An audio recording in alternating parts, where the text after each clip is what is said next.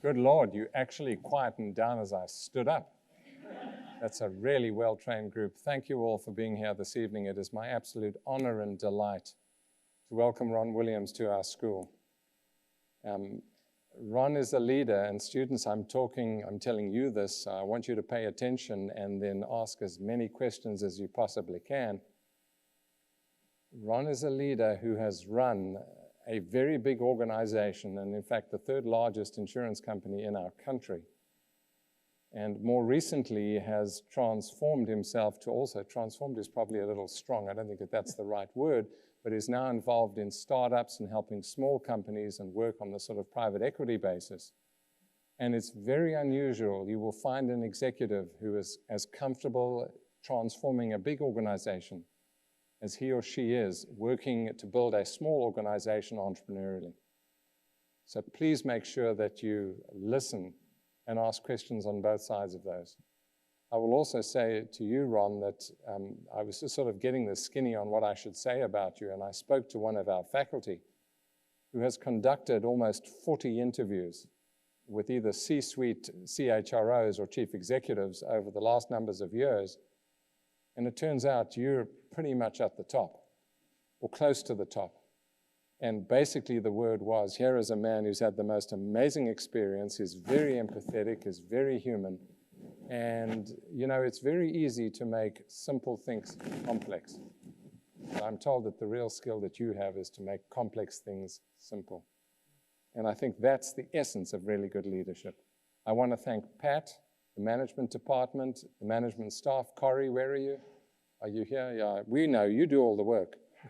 But I want to thank Pat and his team for inviting this incredible human being, and thank you all for attending. That's all you need to hear from me. I'm out.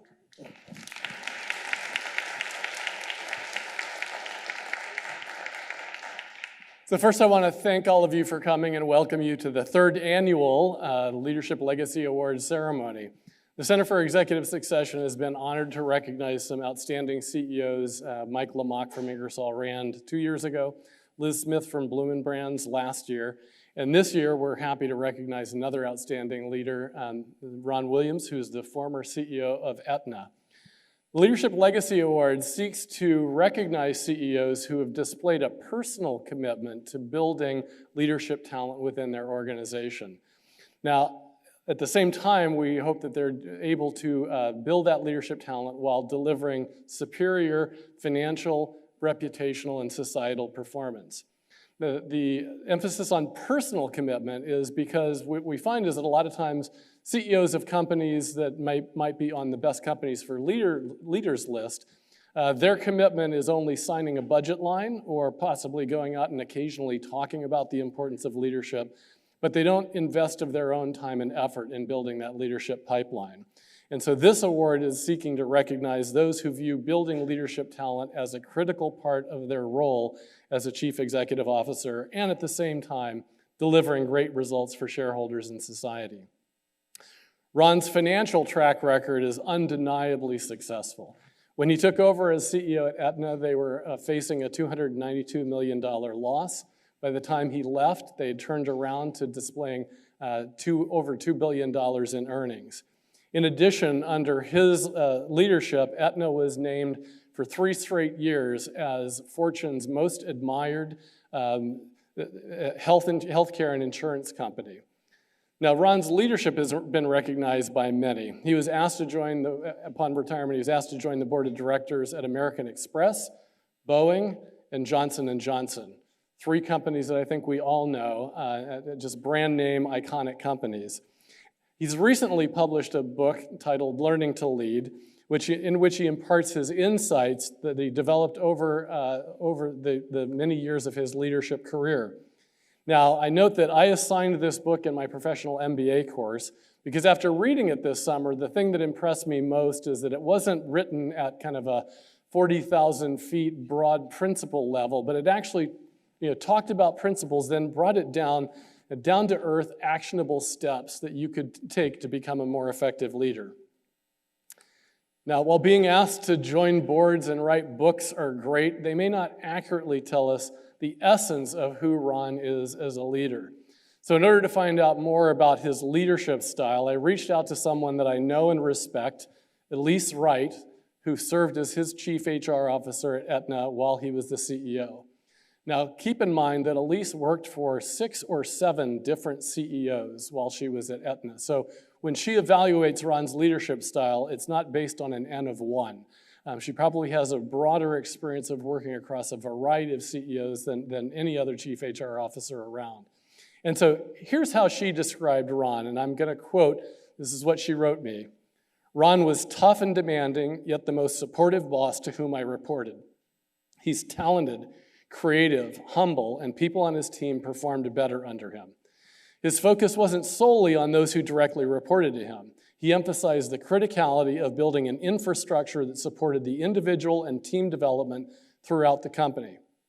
Ron's a believer in everything being measurable, so programs that we proposed, such as performance management and leadership development programs, had to demonstrate how we were achieving better results. It was through Ron's leadership that performance bonuses for the 3,000 leaders in the company were tied to both financial and leadership results.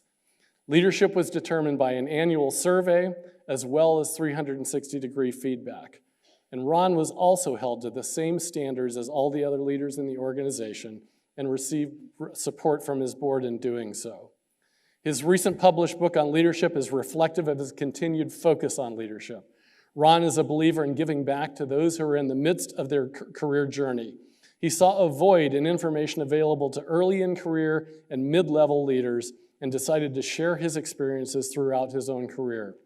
Ron is a quiet and understated leader, but his presence was felt at all levels within Aetna. I recently attended a retirement party for one of the senior execs at Aetna and ran into many of my former colleagues and many employees at all levels, ranging from senior executives to security and food services staff. These employees still talk fondly about Ron and follow his career.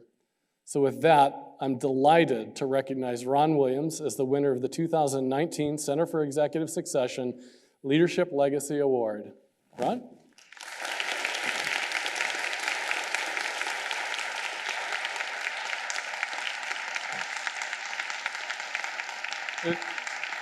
And before Ron speaks, I want to note that with this award comes a $10,000 contribution to the charity of his choice, and Ron has asked that we send that check to the Urban League of Palm Beach County. So, Ron, it's all yours.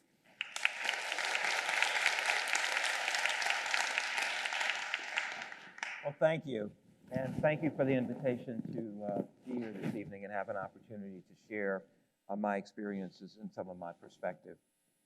I want to start out by talking briefly about leadership, because one of the things that I've come to understand is that leadership is a journey. And when I wrote the book, I thought about it as 3 phases of a journey. But as I've talked about it with others, I've learned there's the 4th phase, which I really didn't articulate. Now, the first phase, most of the people in this room have achieved. Now, your children may not have yet. And that first phase is really about learning to lead yourself. And I'll come back and talk about that. The second is leading others. The third is leading an organization with a very strong emphasis on what only the CEO can do. There are many things in an organization that the CEO is the only customer for and the only person who can perform those. The 4th thing about the journey that really is fundamentally important is you have to lead yourself effectively while you lead others when you are the CEO. When you fail to lead yourself effectively, bad things happen to the organization and happen to you. I think we saw in an instance today an announcement about an executive who ran into that particular issue, where being at the top but not leading yourself effectively led to some significant challenges for the company. Now, I want to talk just a little bit about my journey. Let me tell you that the working title of my book initially was called Do the Impossible. And unfortunately, that title was taken and I couldn't use it. But the reason it was called Do the Impossible is by virtue of where I started, what I knew, and who I was as a young man, everything I have done would have been deemed absolutely impossible. I was black at a time when literally there were no black executives in corporate America. Grew up in an urban ghetto. My parents, my father was a parking lot attendant who became a bus driver. My mother was a manicurist. There was no dinner table talk about what happened at the bank, or what happened at the law firm, or what happened in the medical office. I stuttered horribly when I spoke and had a very difficult time communicating. Went to public school, community college for 2 years, and then on to Roosevelt University. And for me, going to college was about getting your work permit. It was not a social activity. I worked full-time during the day, went to school full-time at night. And so my experiences was very different than many of my colleagues that I worked with later. Now, I've been incredibly fortunate. I've been a founder of 2 businesses. I've been a president, a CEO, a chairman. I'm a corporate board member of some of the most iconic companies in America. I've served on 13 boards in my career and have been through 8 CEO successions, which included me becoming CEO and then replacing myself as CEO. Yep. You can do that professional here. Okay, there we go. Now I want to talk just a little bit about leading yourself. The basic message is no plan, no problem. Move toward the horizon. Most of us believe that we need to know exactly what we want to do. Some kids do. They start out saying, I want to be a doctor, I want to be a dentist, and they go straight in that direction, and that's it. But for most of us, we really don't know what we want to do. And one of the things that inhibits us is the script that other people give us. And there's a term I use called reframing, which is really about getting rid of that script and assuming that if you could do anything in the world, what is it that you would want to do and commit yourself to learn to do? And what you find is that getting there isn't necessarily a straight line. It's a lot like sailing. If you want to go there, sometimes you go there, then you go there, then you go there, and you ultimately end up there. I think it's extremely important to learn from others who defy these stereotypes. Women aren't good in math. If you have come from this background, you can't do this. And so figuring out what you want to do and defying that through reframing is extremely important. The other thing that's really important is take risk. The tougher the challenge, the bigger the opportunity, the bigger the reward at the time. And don't think about the reward in the context of monetary. Think about the reward in the sense that you are the most valuable asset you have. Your biggest objective is to make yourself ever more valuable. And when people say, I'm not being paid to do this or being paid to do that, you're paying yourself to improve your skills, improve your capability, and figure out what you want to do over time. Now, I want to talk a little bit about leading others, because most of you have reached a point in your career where you're going out, you're going to be a professional, and you are going to achieve some level of success. And then one day, you will cease to be the best individual contributor in the organization, and you will become a leader of a team. At that point, it's not your job to be the best individual contributor. It's your job to make everybody else the best individual contributor.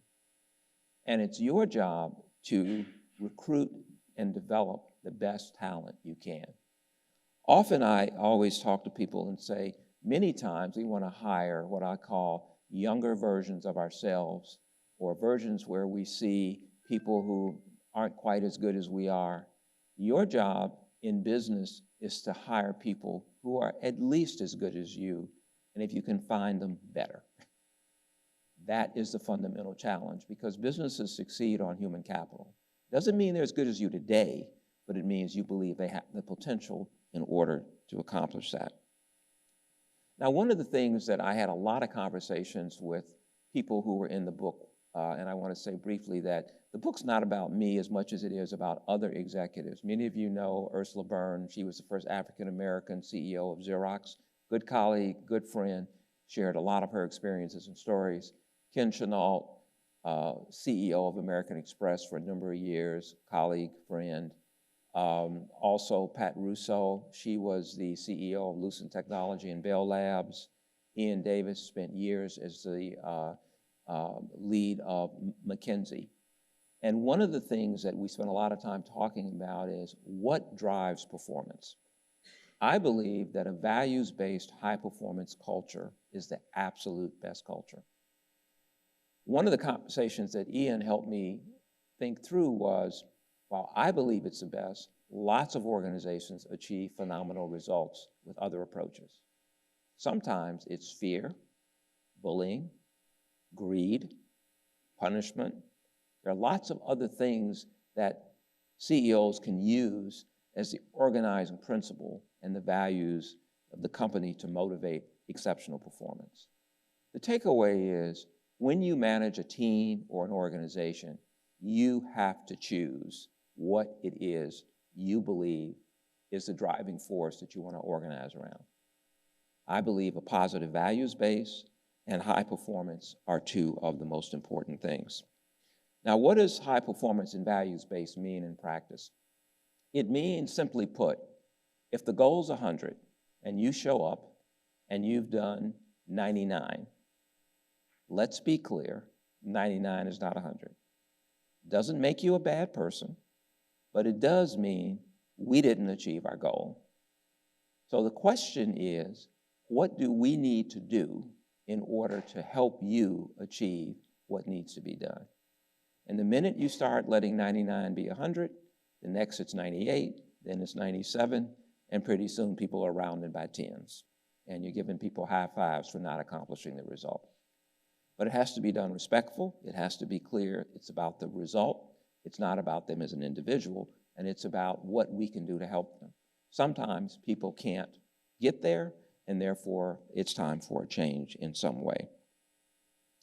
It's important also, as you move into this phase of leading others, that you recognize that what got you there won't get you to the next level. The fact that you were a great individual performer doesn't mean that you will be good at managing others. You have to recognize that leading former peers is a fundamentally different challenge. And you have to have no favorites. Everybody has to be on the same team. You can't have a team where you have A players and you have A relationships and B relationships. People will resent it and it will be corrosive. And some of your peers may very well feel like they should have gotten the opportunity that you got, and you need to be in a position to have those conversations. The other thing I would stress is that leadership is a privilege. And we all think about the things that come with leadership: more compensation, a parking space, a nicer office. We don't think about the obligations that go with that leadership. And it's really important to think and understand the new obligations you're taking on. And you also need to understand that you are a volunteer. Your partner or spouse is part volunteer, but mostly draftee. And you need to have that conversation and be certain that they understand what you are signing up for. Now, one of the things when you build a team is to be very clear about what the expectations of leadership turn out to be. I actually built a set of expectations of leaders that were linked to the values of the organization. In relation to this value, this is what we expect. And I'll give you a couple of examples. One of the ones was disagree, but commit. It's very clear that I would say, I don't expect you to agree with every decision I make. It's okay. You're entitled to your own opinion. But you have to execute just as if you did agree with it. That is fundamentally important. And there are a whole set of expectations that have to be articulated. Another one is courage in the moment. I don't know how many of you have been in a meeting where an idea is presented. The presenter says, anybody has any critique or comments? Nobody says anything. People leave the room. The minute they get in the hall, they look at each other and say, well, that was the craziest thing I ever heard. That is a failure to engage in a constructive dialogue and a failure of courage to execute your objectives as you need to object them. We can maybe talk later. The one thing I want to cover briefly is the importance of diverse teams. And diverse teams, and the research I've read is pretty clear, diverse teams produce better results. And diverse teams mean that they're women, they're people of color, that the teams reflect the customers that we serve, that the team, broadly speaking, is not simply one part of our society. And I can tell you that in my organization, I was the chief diversity officer. Okay? I didn't delegate it. We had a diversity committee. I chaired it. And I wanted to know not just who are we buying the paper, the pencils, the supplies from, who are our bankers? When a consultant firm showed up to help us, where were the women on the consulting team? You don't get to be the senior consultant unless you're the junior consultant. So it's really important when you're in an organization that you be a voice and an advocate for making sure that organization is more diverse than when you entered it. I like to talk about the question of what is your talent footprint? When you look on your career, how many people have you developed, have you coached, have you mentored, who've gone on to successful positions in business and industry? In my case, when I look back, I have 5 people who worked for me who are CEOs. 3 of them are women. And I can tell you, they're CEOs not because I gave them the insight and the knowledge. It's because I gave them the opportunity to demonstrate what they could do, to sit next to me for 2 years and see how you run a 50,000 employee organization and apprentice in that environment. I could have picked somebody else, but I picked them. They were all capable, high-performing people who got exposure because of a decision that someone made. And each of you has that responsibility as you go out into your activity.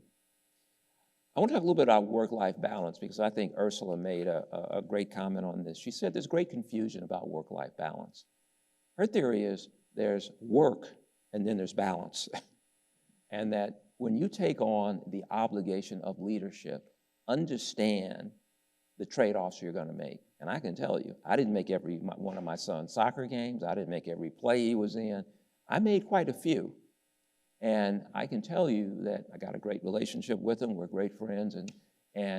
But there is a price to be paid for being interested and willing to step up. Organizations today are much more fluid and much more flexible. There was no such thing as paternity leave when my wife was at that stage. But I think it's really important to recognize that. I want to close my comments and open it up to Q&A with just a few other things. I think one of the most important skills that you will have and need to develop is really the ability to listen. Now, they gave us 2 ears, we have 1 mouth. Most of us get the ratio quite wrong.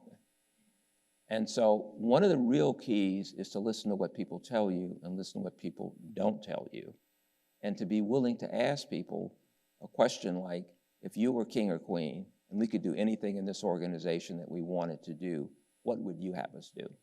And don't let them off the hook with a simple, trite answer to that question. One of the things I talk a lot about is being better. And I like to set the goal of being 15% better every year.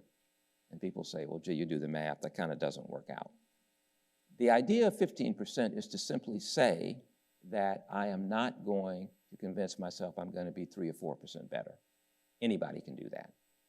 When I say 15%, I have to ask myself, what do I need to meaningfully learn and do to make myself more valuable?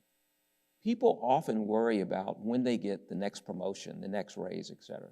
They don't worry about making themselves the absolute best candidate for the next promotion or the best raise by virtue of what they've done to develop themselves and what they've done to contribute to the organization and produce great results. Self-awareness is really critical. Getting feedback is critical, and having an advisory board is really critical. I want to shift it to close by really talking about the kind of concept of leading organizations. The fundamental role of a CEO is to define reality and give hope. Now, large organizations are built to do yesterday's work. Think about that. Every organization is an accumulation of work and activity to solve yesterday's problems. They aren't built to do necessarily today's work or tomorrow's work. The role of the CEO is to go out into the environment and understand what customers are going to demand and expect, what technology is emerging, what new venture businesses are coming after you in particular niches. To figure that out and to define the actions the organization needs to take, and to communicate that in a way that the organization really understands how to build a bridge from what we do today to what we need to do tomorrow in order to be effective. And that is one of the fundamental objectives that the CEO has to do. Now, one of the other things which is really critical is the CEO has to build a positive company culture. Now, I can tell you that as a CEO, I talked about to employees about 250 times a year. I started every conversation with our values, the culture, customers at the center of what we do. If you don't do it every day, people don't believe it's real.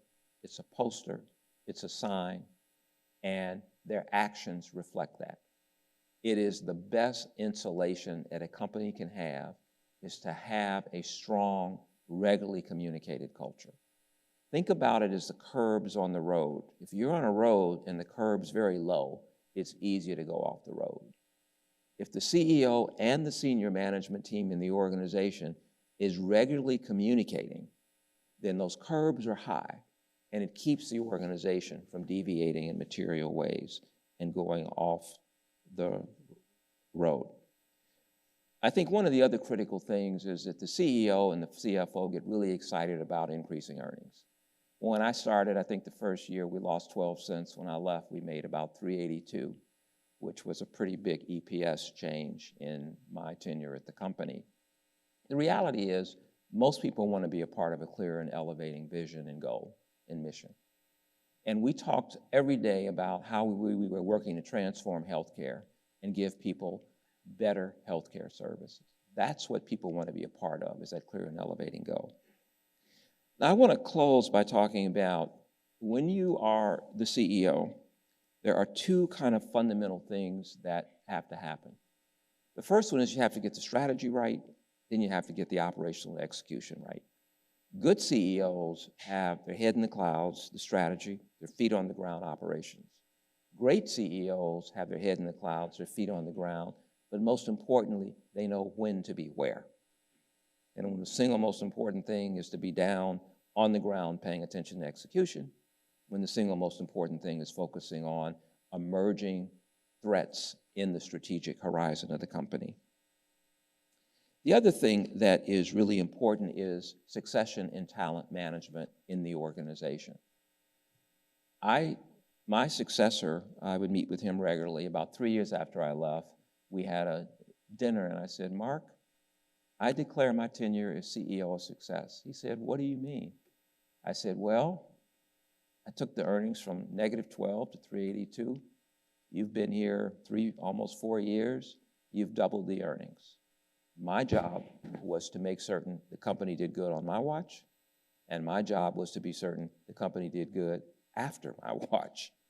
That's what you're supposed to do in terms of talent management and focus. So at this point, I want to close and really open it up to questions and to give you a chance to ask me a few things. Thank you.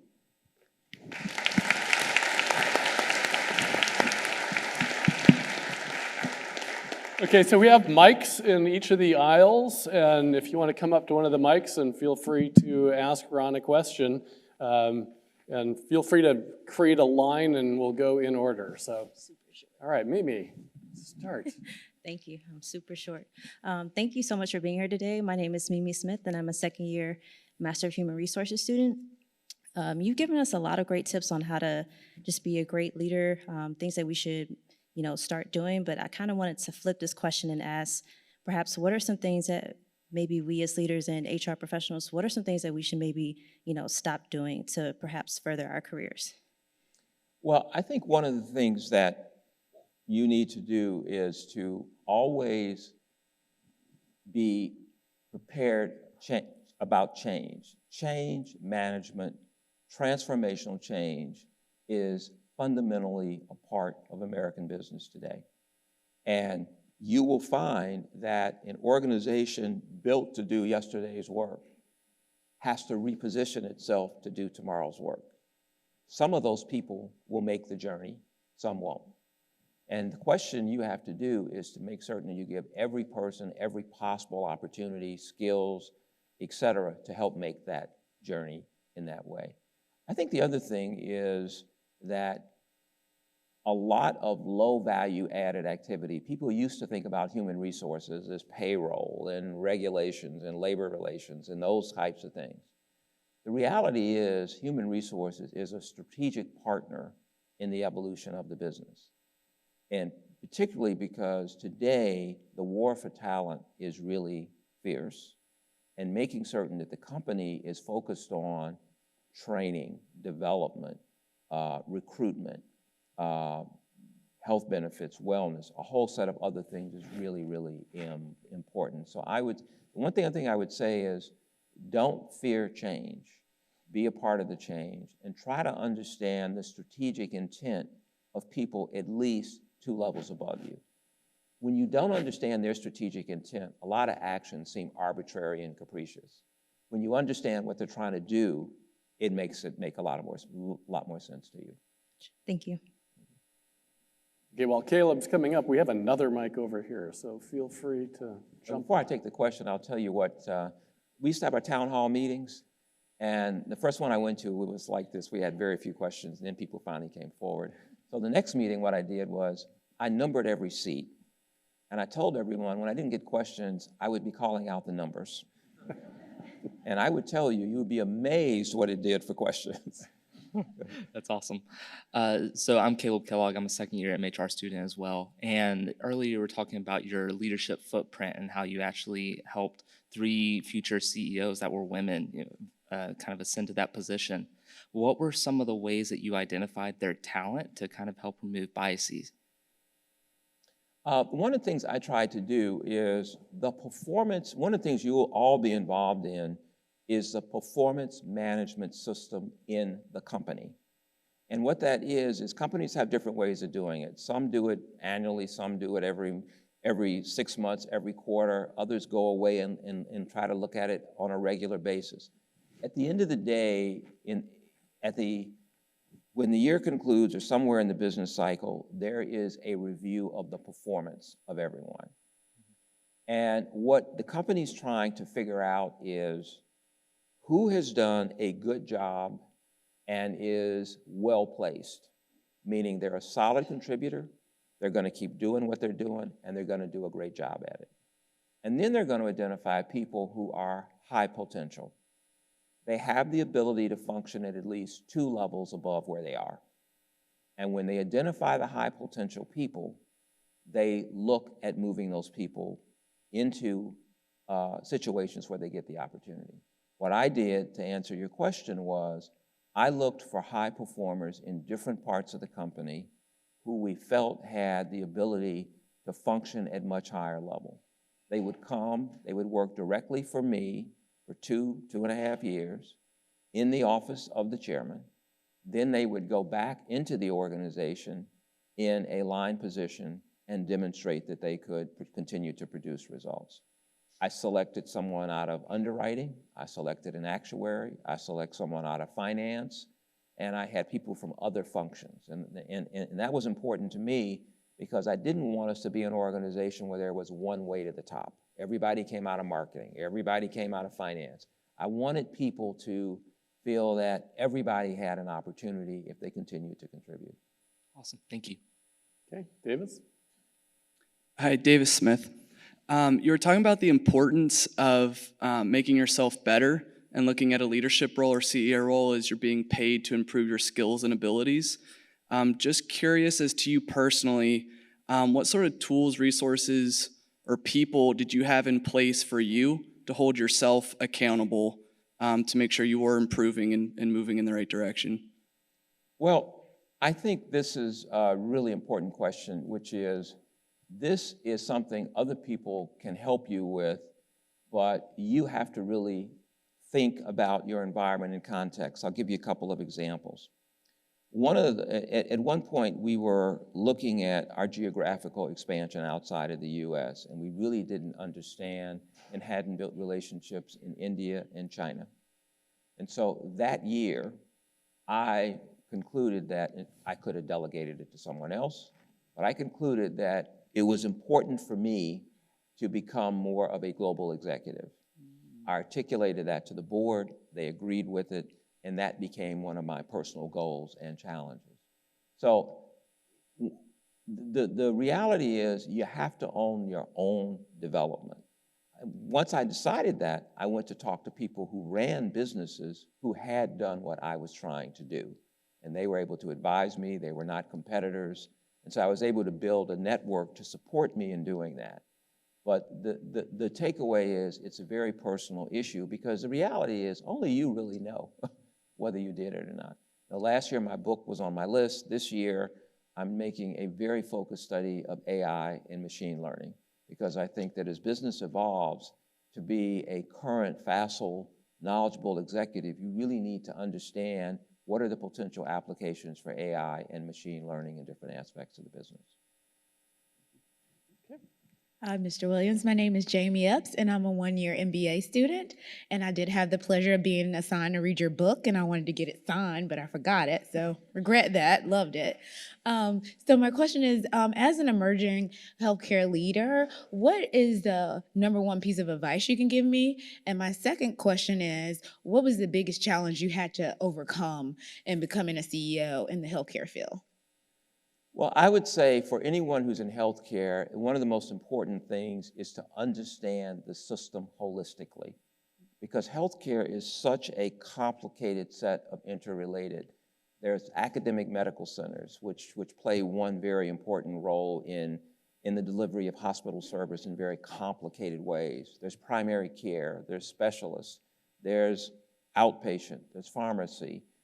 There's all these different categories which are all evolving and have different perspectives and points of view.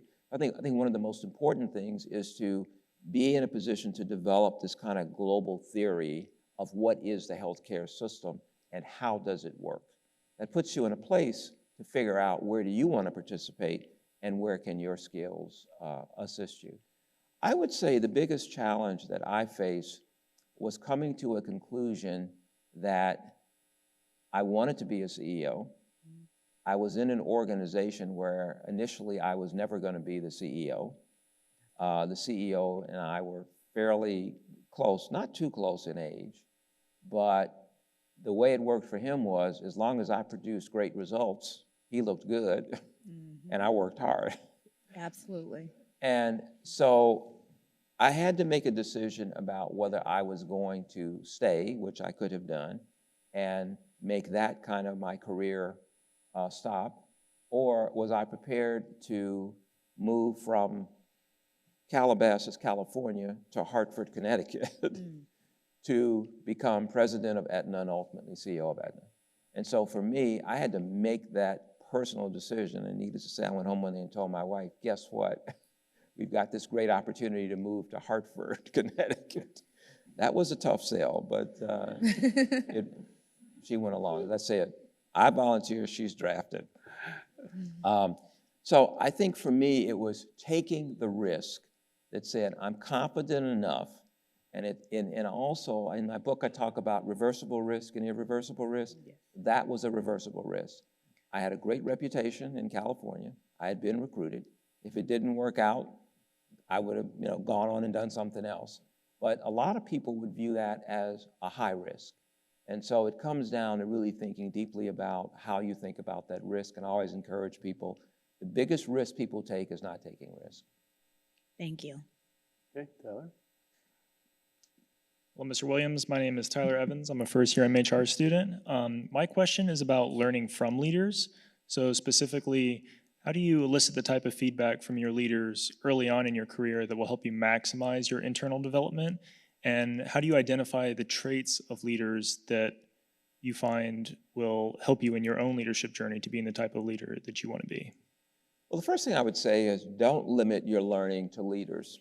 You can learn from everyone. You can learn from the person waiting on you in the restaurant. You can learn from the person sweeping the floor. Don't limit your thinking only to leaders. The other thing I would say is that you often can learn more what not to do from people around you, which is extremely valuable, as opposed to what to do. You need both. I think the other thing I would say is that if you reach out to people and you have a particular question or topic where you want to get counsel, you'll find that people are very, often very helpful to that. It's often helpful, I talk about 2 up, 2 down in the book. 2 up means that wherever, let's say we set the clock forward 5 years, and there's someone who is 2 years behind you in your organization. What are you doing to help them understand how you got to where you are? And 2 up means, what are you doing to understand the strategic intent of people 2 levels higher than higher you? I'll give you an example that I see all the time. You're in a unit. The unit's starved. You can't get a new pencil unless you turn in the old pencil. You know, you're on laptops running Windows 8 or something ridiculous. And you say, they really can't care about this business function. On the other side of the building, there's a unit that has, you know, the latest everything. And to you, it seems arbitrary and capricious that you are in this unit that's not getting resource. When you understand the strategic intent, it may very well be you are the cash cow. They are running that business as hard as they can to extract the money they need to invest in the future growth engine. When you understand that, you have a choice, which is, I'm going to help generate as much as we can, or I'm going to try to figure out how to get on the other side of the building where the resources are. But you have to understand that strategic intent of the organization. So that's 2 ways to think about it. Thank you. Ashley? Hi, I'm Ashley Kellogg. I'm a future MBA candidate. My husband is actually a current Master's of Human Resources candidate. And so I have 2 questions for you, if that's okay. The first is, as someone who has been so involved in so many different communities, how did you decide to choose the nonprofit that you did for the $10,000 donation? That's a role that I have currently, and I do a lot with community outreach. So is there something specifically that drew you to that? You have a personal connection. I'd love to hear more about it. And then the second is, you also talked briefly about your background, and I believe that's one thing we have in common. And so is there something specifically, a characteristic, a trait that you think helped propel you to the success that you've seen? Yeah, well, I answered it probably in reverse order, which is, I think this notion of setting a horizon and moving toward that horizon. And at first, it's very fuzzy. You know, in the book, I talk about one of my first jobs. A lot of people had miserable jobs. I worked in a car wash in Chicago in the dead of winter. Okay, the number one thing I wanted to do was work someplace warm, okay, where I wasn't wet. And so sometimes moving away from things can be helpful until you can see enough of the horizon to be able to really make some decisions. So don't feel like you need to understand exactly what you want to do. It's important to know what you don't want to do and to have a general understanding of what increases your optionality. And so one way to think about it is, how do I create more optionality in my choices, would be one way to think about it. In terms of the way I select a lot of charities, I'm involved in a lot of education. My wife and I, we sponsor MBA students at MIT. I'm a graduate. We're part of something called National Academy Foundation, which sponsors, we have 100,000 high school students across the country from urban and rural areas who in their last 2 years of high school select an academy, finance, hospitality, healthcare, and their curriculum is focused on these areas, and it's all about helping them make a transition from high school to college and career. So education, in this case, the Urban League has a big education program, which we're supporters of. So I focus on that. That's how I decide. Some people like animal rights, whatever it is people have a passion about. Wonderful. Thank you. You're quite welcome. Praneeth? Yes. Good evening, Mr. Williams. My name is Praneeth. I'm a first-year MHR student. So you turned the fortune around of Aetna, and amongst other things, one of the things that you did was for the business you narrowed down your focus on the absolute essential measures such as net promoter score, profitability, revenue, research, amongst other things. The other thing you did was, from a cultural aspect, the employees went from mumbling that I work for an insurance company to saying that I work for Aetna and doing so proudly. My question is, from a cultural standpoint, how did you bring about that change to bring in pride and engagement in the organization where that was really a far-off thing to start with? Well, there are two questions you're asking. Let me take them in separately, which is the understanding the business model of the organization is fundamentally important. What does it reward? What does it incent? What does it recognize?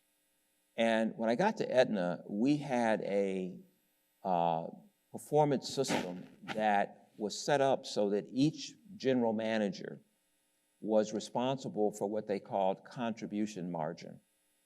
So if you were responsible for $200 million in contribution margin, that was your revenue minus your direct expenses, and that was about it. What happened was, when you had a miss and you missed by 10% and you delivered 180 million, what that meant really was the organization just experienced a $10 million loss on your $20 million miss. People didn't understand it. They thought, what's so bad about a 10% miss? It's not great, but it's not the end of the world. And you collected all those 10 million losses up, it got to be serious money. So one of the things where you sit is really understand the business model, the incentives. Are you, in fact, incenting people to do what you want them to do? One of the first things I did was we went to fully allocated P&Ls. They owed me what I owed shareholders. So if you missed $1, that meant I missed $1 to the shareholder. Now, we had contingencies to account for various things. So understand the business model, understand the incentives, both from a financial metric, but also from a behavior, compliance, and cultural perspective. The second part of the question about the organization was really ashamed of the leadership of the company based on its performance, both from a financial point of view, but also from a representational point of view. It's widely quoted that one of the prior CEOs, who was fired shortly after his statement, lost a large litigation in California where a woman's husband had died because they had been very slow to approve the necessary care. The CEO said, well, yeah, we lost it, but the only reason we lost it was there was a politically motivated judge, a weeping widow, and a politically motivated attorney. He was fired immediately, as he should have been. And so what we had to do was to, when I talk about these clear and elevating goals, the mission, to get people focused that the organization really was about doing good and helping people get access to the healthcare services. Demonstrating that over time in a real, authentic, measurable way was extremely important in restoring the pride that people felt, that ultimately led to the recognition we got in Fortune magazine. Thank you. Good evening. My name is Sherlyn. My background might be a little different. I am an alumni, and background is in financial reporting, tax.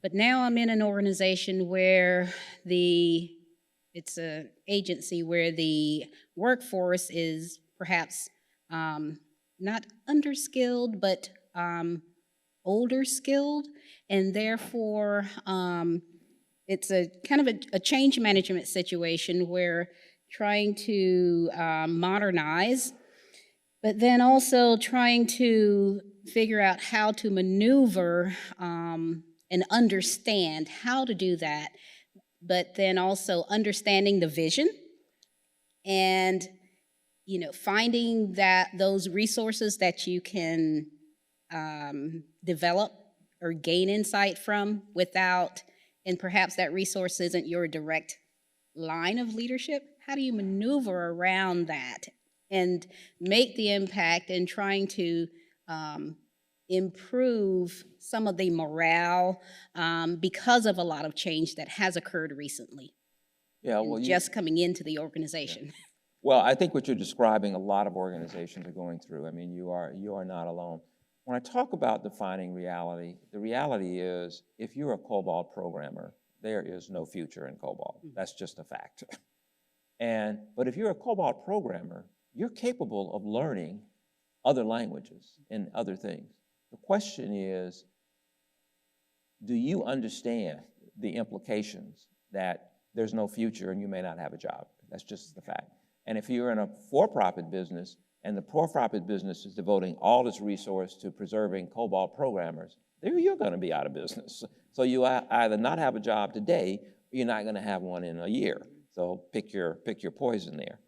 So I think one of the things the organization has to do is to have a very real, candid, plain English conversation.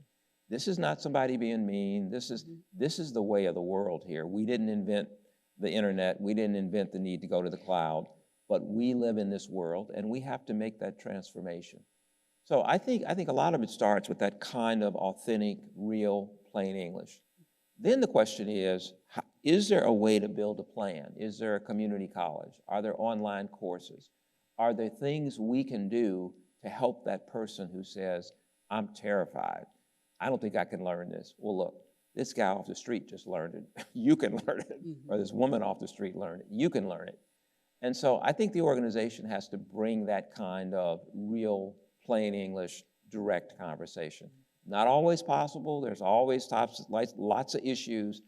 But when I talk about what only the CEO can do or the senior leadership of the company, the C-suite, these things don't go away. That problem's not going to solve itself. And either the organization's going to be increasingly challenged or sooner or later, bad things happen. So I'm not sure I'm answering your question, but I'm kind of giving you what help them to develop and see the path, so to speak. Yes. Okay. Thank you. Okay, I think we got time for one more question.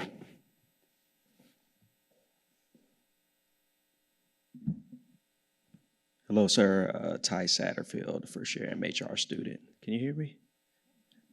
I hope they saved best for last, but they never do. So to start us off. So when you enter an organization that might have issues in several different sectors and you're trying to get things going and operating properly, how do you know exactly where to start and what do you look at first? Well, the way I would say is you try to figure out where you're bleeding the most from and stop the bleeding there. I mean, there are a couple of things you have to figure out, one of which is protecting revenue and customers is a fundamentally important thing. And so one of the first things I did was go out and spend time with customers and understand their experiences and perspective on the organization. Because my perspective of where to start might be very different than their perspective of what the pain they were experiencing.